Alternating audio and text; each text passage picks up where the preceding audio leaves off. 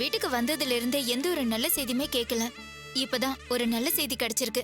நான் முதல்ல உங்க எல்லாருக்குமே பாயசம் செஞ்சு கொண்டு வரேன். சத்யகலா, சர்க்கரையை கொஞ்சம் தூக்கலா போடு. இன்னைக்கு எல்லாரும் கொண்டாடுறோம், ஜமாய்க்கிறோம். சொம்பு நிறைய மிளகா பொடியை கரைச்சு கொண்டு வந்து தரேன். குடிச்சிட்டு ஓடி போயிடுங்க. என்னப்பா அது? இந்த பொண்ணு என்ன நம்பவே மாட்டேங்குது. சத்யகலாக்கு உங்க மேல இருக்கிற கோவம் இன்னும் போகலண்ணே. விடுங்கண்ணே, போக புரிஞ்சுப்பாங்க.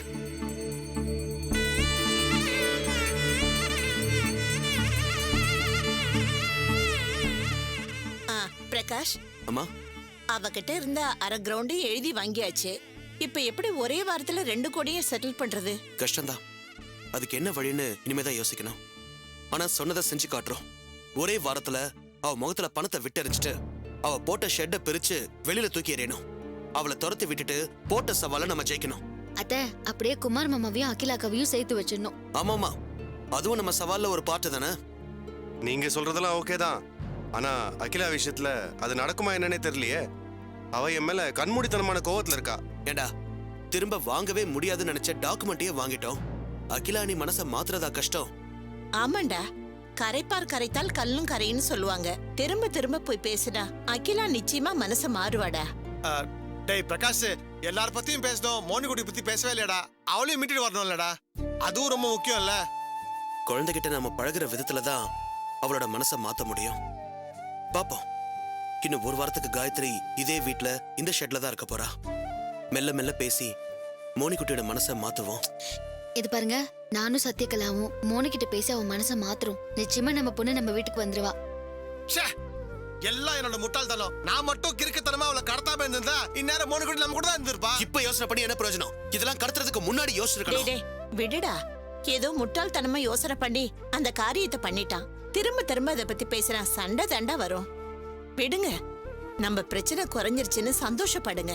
ஆமா ஆமா ஆமா ஆமா, இந்தியாவுக்கு சுதந்திரம் ஆகஸ்ட் 15ஆம் தேதி. ஜெயஹிந்த் விலாஸுக்கு சுதந்திரம் இன்னைக்கு. நல்லா என்ஜாய் பண்ணுவோம். எல்லாரும் பாயசத்தை எடுத்துங்க. எல்லாருக்கும் கூட. டேய் பிரகாஷ், எடுத்துக்கோடா. எடுத்துக்கோ. தேங்க்ஸ். குடிங்க குடிங்க.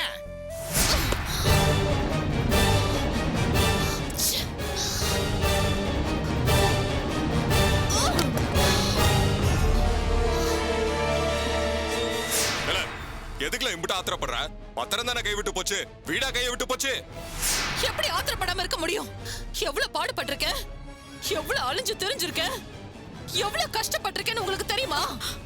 அக்கா தனி மனுஷியா நின்னு போராடி இருக்கா. இடையில நானே அவளை காட்டி கொடுத்தப்ப கூட கலங்காம நின்னு போராடி இருக்கா. அவ்வளவு பாடம் வீணா போனா கோபம் வராதா பின்ன? கடைசியில போயும் ஒரு கிழமை கிட்ட ஏமாத்துட்டு நினைக்கும் போது எனக்கு ஆத்திரமா வருது. அந்த ஆள் இப்படி பண்ணிட்டானே. கிழட்டு பையன் பயங்கரமான கேடி வேலை எல்லாம் பாத்திருக்கானே. சைலண்டா இருந்துட்டு நம்மளே காட்டி கொடுத்திருக்கானே. அந்த வீடியோ மட்டும் அந்த பிரகாஷ் வெளியே விட்டுருந்தானா நானும் சேர்ந்து கம்பி எண்ணி இருப்பேன். என்னெல்லாம் பண்ணிருப்பையா? அந்த நம்பிய கடத்தி கொலை செஞ்சு அந்த கொலைய மறைக்க கந்தசாமிய கொன்னு எவ்வளவு கஷ்டம், எவ்வளவு உழைப்பு. அது மட்டுமா, அந்த நம்பி வீட்ல இருந்து வெளியே வந்து ரோடா அலைஞ்சோமேக்கா. கையில காசு இல்லாம 2 நாள் சோறு தண்ணி இல்லாம அலைஞ்சோமேக்கா. அந்த வசந்தி கிட்ட மாட்டி பட்ட பாடெல்லாம் இருக்கே. அப்பப்பா, வசந்திக்கு பயந்து பப்ளிக் டாய்லெட்ல ஒரு நைட்டு முழுக்க ஒளிஞ்சிட்டு இருந்தோம். எவ்வளவு கொடுமை. கோயில் வாசல்ல சோத்துக்கு நின்னோம். அந்த சம்பூர்ண கிட்டே அவமானப்பட்டு எவ்வளவோ பட்டாச்சு. அந்த நம்பி கூட இருந்தப்ப மட்டும் நீ சந்தோஷமா வாக்கா இருந்த. அந்த வெறி பிடிச்ச ராஸ்கல் எப்ப வந்து உன் கைய பிடிச்சு இழுப்பானோ, எப்ப வந்து ரூம்குள்ள கதவை மூடுவானோன்னு எத்தனை நாள் பயத்துல தூங்காம இருந்திருக்க. அவன் கிட்ட இருந்து உன்னை காப்பாத்திக்க எவ்வளவு கஷ்டத்தெல்லாம் அனுபவிச்சிருக்க.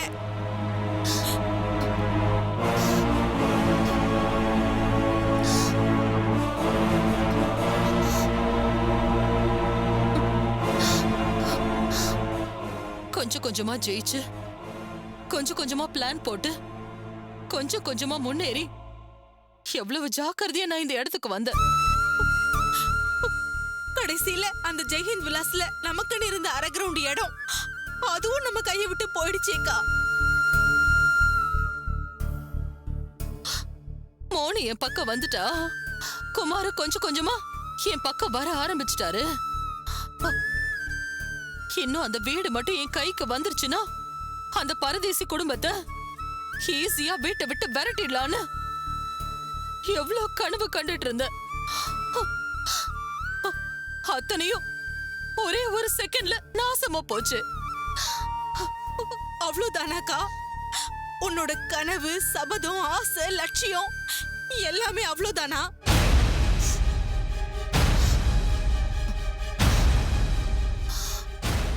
விட மாட்டேன் வினோ, விடவே மாட்டேன். இன்னும் என் கல்யாண நாள் வரல, அதுக்கு இன்னும் நாள் இருக்குல்ல. அந்த நாள் வரப்ப என் சபதத்தை நான் நிறைவேற்றியே காட்டுவேன். உனக்கு அசாத்திய துணிச்சல் தாம்ல. இந்த துணிச்சல் மட்டும் இல்லனா நான் இவ்வளவு தூரம் தாக்கு பிடிச்சு நின்னு இருக்கவே முடியாதியா? என் இடத்துல வேற ஒரு பொண்ணு இருந்திருந்தா இந்நேரம் தற்கொலை பண்ணி செத்தே போயிருப்பா. ஆனா இந்த காயத்ரி அப்படி கிடையாது. மத்தவங்களை சாவடிப்பாளே தவிர ஒரு நாளும் தோத்து போய் நிக்கவே மாட்டான். நீ சொன்னாலும் சொல்லாட்டியும் எனக்கு அந்த நம்பிக்கை இருக்குல்ல.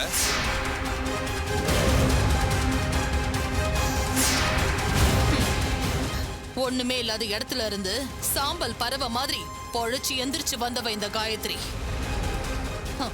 இப்ப என் பக்கம் நீங்க இருக்கீங்க, விடுவேனா? நிச்சயம் விட மாட்டேன். நீங்க சொன்ன மாதிரி பத்திரம் தானே கைவிட்டு போயிருக்கு, வீடு இன்னும் கை மாறலையே. எப்படி இருந்தாலும் எதையாவது ஒண்ணு செஞ்சு எதையாவது புரட்டி போட்டு என்னோட சபதத்துல நான் ஜெயிச்சே தீருவையா. செய்வல, உனக்கு என்ன உதவி வேணாலும் நான் செஞ்சு தரேன். போதுயா, இது போதும். நான் போட்ட சபதம் போட்டதுதான். என்னோட வெட்டிங் டே அன்னைக்கு அந்த வீட்ல என் புருஷன் குழந்தையோட மகாராணி மாதிரி நுழையத்தான் போறேன். மத்த பரதேசிங்களெல்லாம் தெருவுல துரத்தி விடதான் போறேன். இது நடக்கும். இதாம்ல காயத்ரி, இந்த திமிரும் தெனாவட்டும் தன்னம்பிக்கையும் தாம்ல காயத்ரி. நீ ஜெயிப்பல, கட்டாயம் நீ ஜெயிப்ப.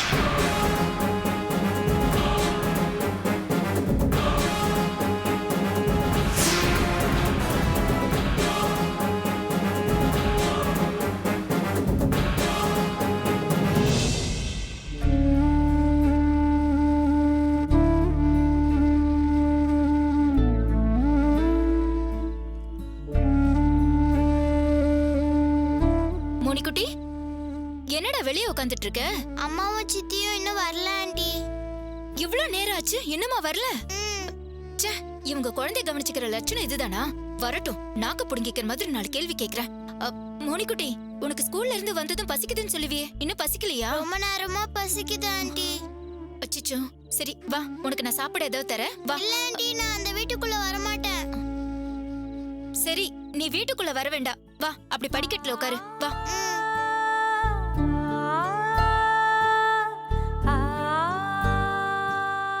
மோனிக்குட்டி, சாப்பிடலாமா? இந்தா. நிறுத்து, வா மோனி. மோனிக்குட்டி, சாப்பிட்டு போடா. ஏய், ஒண்ணு யாரடி என் குழந்தைக்கு சாப்பாடு கொடுக்க சொன்னது? இவளை கவனிச்சுக்க எனக்கு தெரியாதா?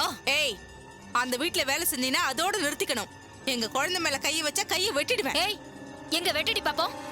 ஆளையும் மூஞ்சு முகர கட்டைங்களையும் பாரு. குழந்தை பசியோட உட்கார்ந்துட்டு இருக்கு, அதை கவனிச்சு சோறு போட துப்பு இல்ல.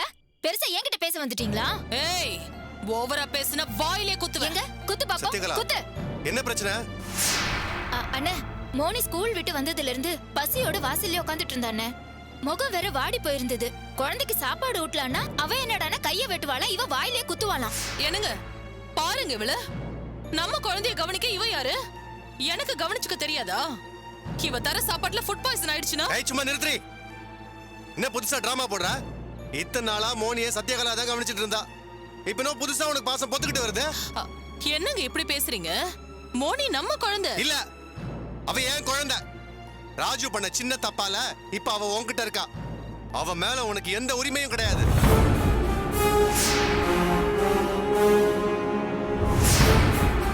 குமார், நீங்களா இப்படி பேசுறீங்க? நான் தாண்டி பேசுறேன். அதான் என் தம்பி உன்னை எல்லா விஷயத்திலயும் தோக்கடிச்சிட்டால. இன்னும் ஒரே ஒரு வாரம் 2 கோடி ரூபாய் உன் மூஞ்சில தூக்கி எறிகிறோம். அதை பொறுக்கிட்டு இந்த ஏரியா விட்டு ஓடி போயிடணும். அதுக்கப்புறம் இந்த வீட்டோட உனக்கு எந்த உறவும் இல்ல. என்ன பேசுறீங்க குமார்? என் மேல எவ்வளவு பாசமா இருந்தீங்க, திடீர்னு நீங்களே இப்படி பேசலாமா? ஓ, இவங்கெல்லாம் இருக்காங்கன்னு நடிக்கிறீங்களா? நான் எதுக்குடி நடிக்கணும்? நீங்க அடிச்சு என் கையில அடிபட்டப்போ எவ்வளவு பாசமா பேசுனீங்க. நான் உங்களுக்கு போன் பண்ணப்போ மோனி சாப்பிட்டாளா? அது மட்டும் இல்லாம நீ சாப்பிட்டியான்னு எவ்வளவு அன்பா விசாரிச்சீங்க. நேத்து நைட்டு கூட ரொம்ப பிரியமா பேசுனீங்களே. டேய், இவ இவ்வளவு உறுதியா சொல்றானா இவகிட்ட பேசிட்டு தான் இருக்கியா?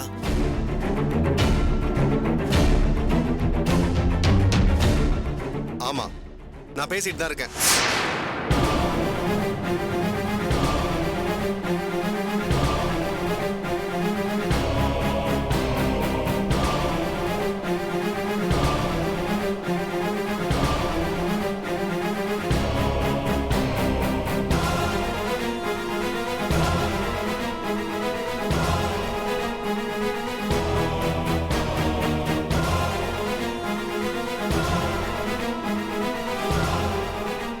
மாமா, அப்படின்னா அகில அக்கா உங்க மேல சந்தேகப்பட்டு வீட்டை விட்டு வெளியே போனது நியாயம் தானே? அதான் அவரே ஒத்துக்கிட்டாரு. அப்புறம் என்ன கேள்வி? டேய், தொட்டப்ப கட்ட, நீ வாய மூடு. சத்யா என்கிட்ட கேட்டதுக்கு நான் பதில் சொல்லிக்கிறேன். இவகிட்ட நான் பேசினது அன்பா இருந்தது எல்லாமே உண்மைதான். ஆனா அது எல்லாம் நடிப்பு தான்.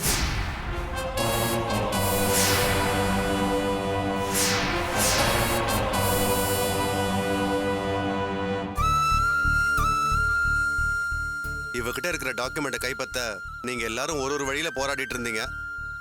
அதுக்கு நானும் ஏதாவது பண்ணணும்னு தோணுச்சு. அப்பதான் மூர்த்தி சகல இந்த ஐடியாவை கொடுத்தாரு. சரி, இவ கூட நெருங்கி பழகிற மாதிரி நடிச்சு எப்படியாவது டாக்குமெண்ட்டை கைப்பற்றிடுவோன்னு நானும் இவகிட்ட பிரியமா இருக்க மாதிரி நடிச்சேன். இல்ல, நீங்க போய் சொல்றீங்க. நான் எதுக்குடி போய் சொல்லணும்? இந்த வீட்டுக்கு நீ எவ்வளவு துரோகம் பண்ணிருக்க, எங்க அப்பா அம்மாவை எவ்வளவு அசிங்கப்படுத்திருக்க, அதெல்லாம் நான் மறந்துட்டேன்னு நினைச்சியா? தோ இப்ப கடைசியா கூட எங்க அப்பாவை ஏமாத்தி உயிரில கையெழுத்து வாங்கி எங்களோட வீட்டை அபகரிக்கணும்னு நினைச்சியே, அதெல்லாம் நான் மறந்துடுவேன்னு நினைச்சியா?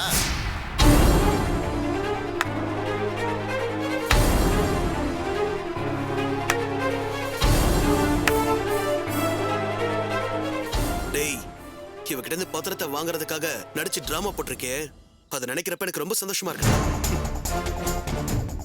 ஏய், எல்லாம் நம்ம வீட்டு பத்திரத்துக்காக தான்டா. இப்பதான் நம்ம பத்திரம் நம்ம கைக்கு வந்துருச்சுல. இதுக்கு மேலேயும் இந்த விடியா மூஞ்சி முகத்தை பார்த்து நடிக்க வேண்டிய அவசியம் எனக்கு என்னடா வந்துச்சு?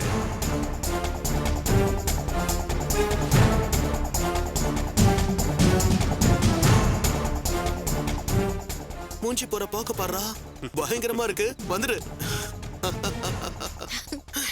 மாமா, சத்யகலா நீங்க இவளோட போன்ல பேசுறீங்கன்னு சொன்னா நான் அப்ப கூட நம்பல. ஆனா இந்த மாதிரி நோக்கத்தோட இவளோட பேசிருக்கீங்கன்னு இப்பதான் மாமா தெரியுது. அண்ணே, இந்த விஷயம் தெரியாம நானும் தேவையில்லாம உங்களை சந்தேகப்பட்டுட்டேனே. அட விடுமா. ஏண்டி, ஒரு பக்கம் என்ன விலைக்கு பாப்ப, இன்னொரு பக்கம் எங்க அப்பாவை ஏமாத்தி வீட்டை உன் பேர்ல ரெஜிஸ்டர் பண்ணிக்கிறதுக்கு முயற்சி பண்ணுவேன். இதெல்லாம் நல்ல குடும்பத்து பொம்பளை செய்யற காரியமா இது? நான் உன்கிட்ட மயங்கணுமா? என்ன இழிச்ச வாயான்னு நினைச்சியா? டேய், இந்த மாதிரி தான் இவளை பழி வாங்கணும்.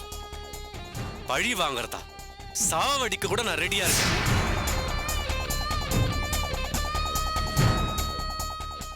பாரு, என்னோட குழந்தைய நீ கவனிச்ச லட்சணம்லாம் போதும். இதுக்கு மேலேயும் அவன் உன் கூட இருந்தா ஒன்ன மாதிரியே அவளையும் கிரிமினலா தான் வளர்ப்பேன்.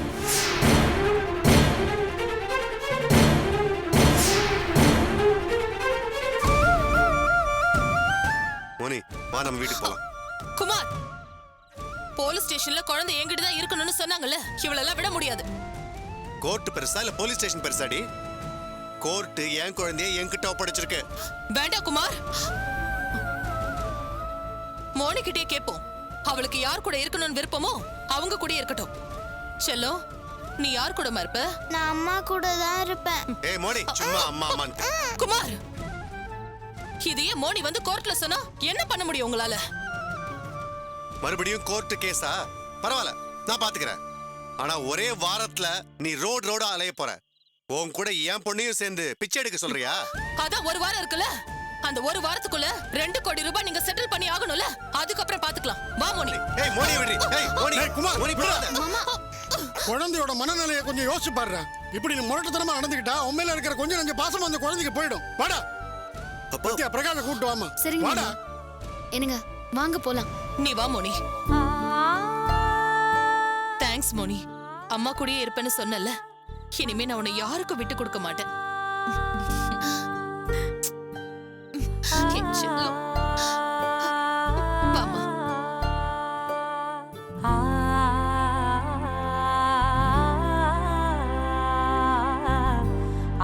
உள்ள போ.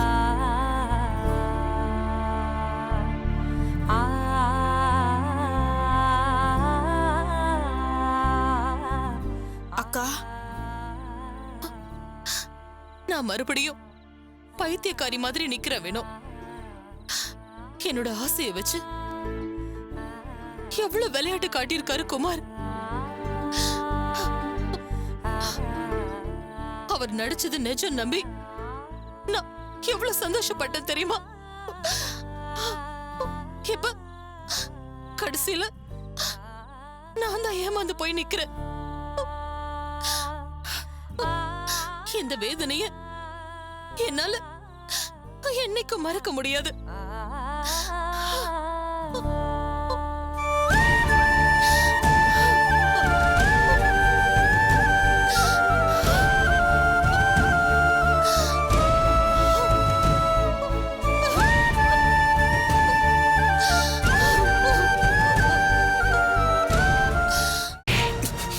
யார் வீட்டை யார் ஆட்டைய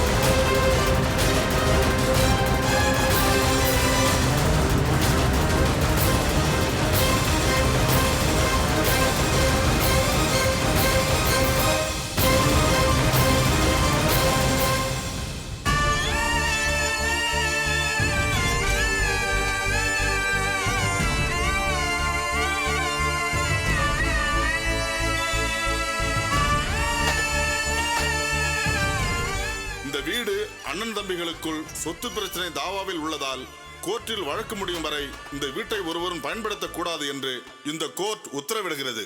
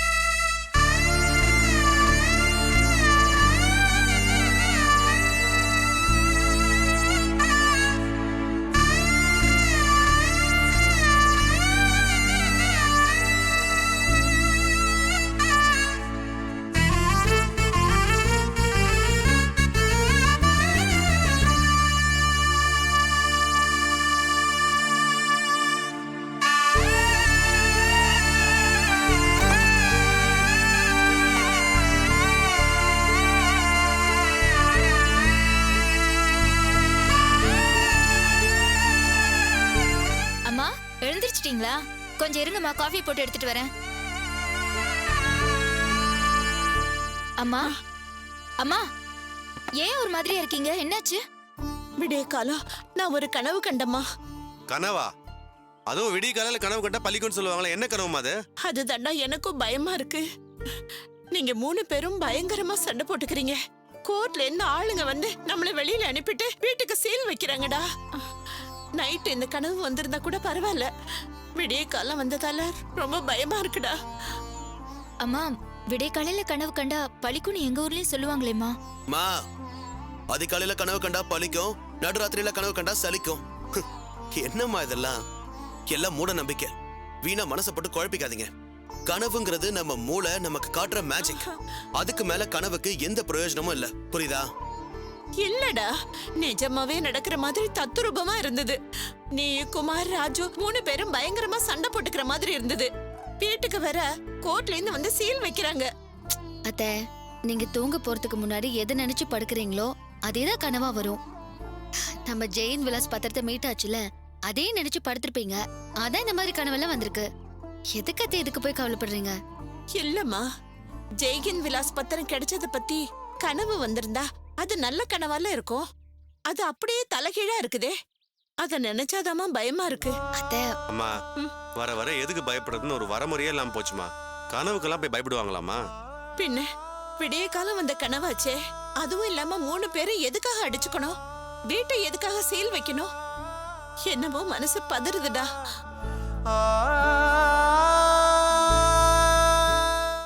நீங்க எல்லாரும் கீழே இருக்கிற சப்ஸ்கிரைப் பட்டனை மறக்காம பிரஸ் பண்ணுங்க.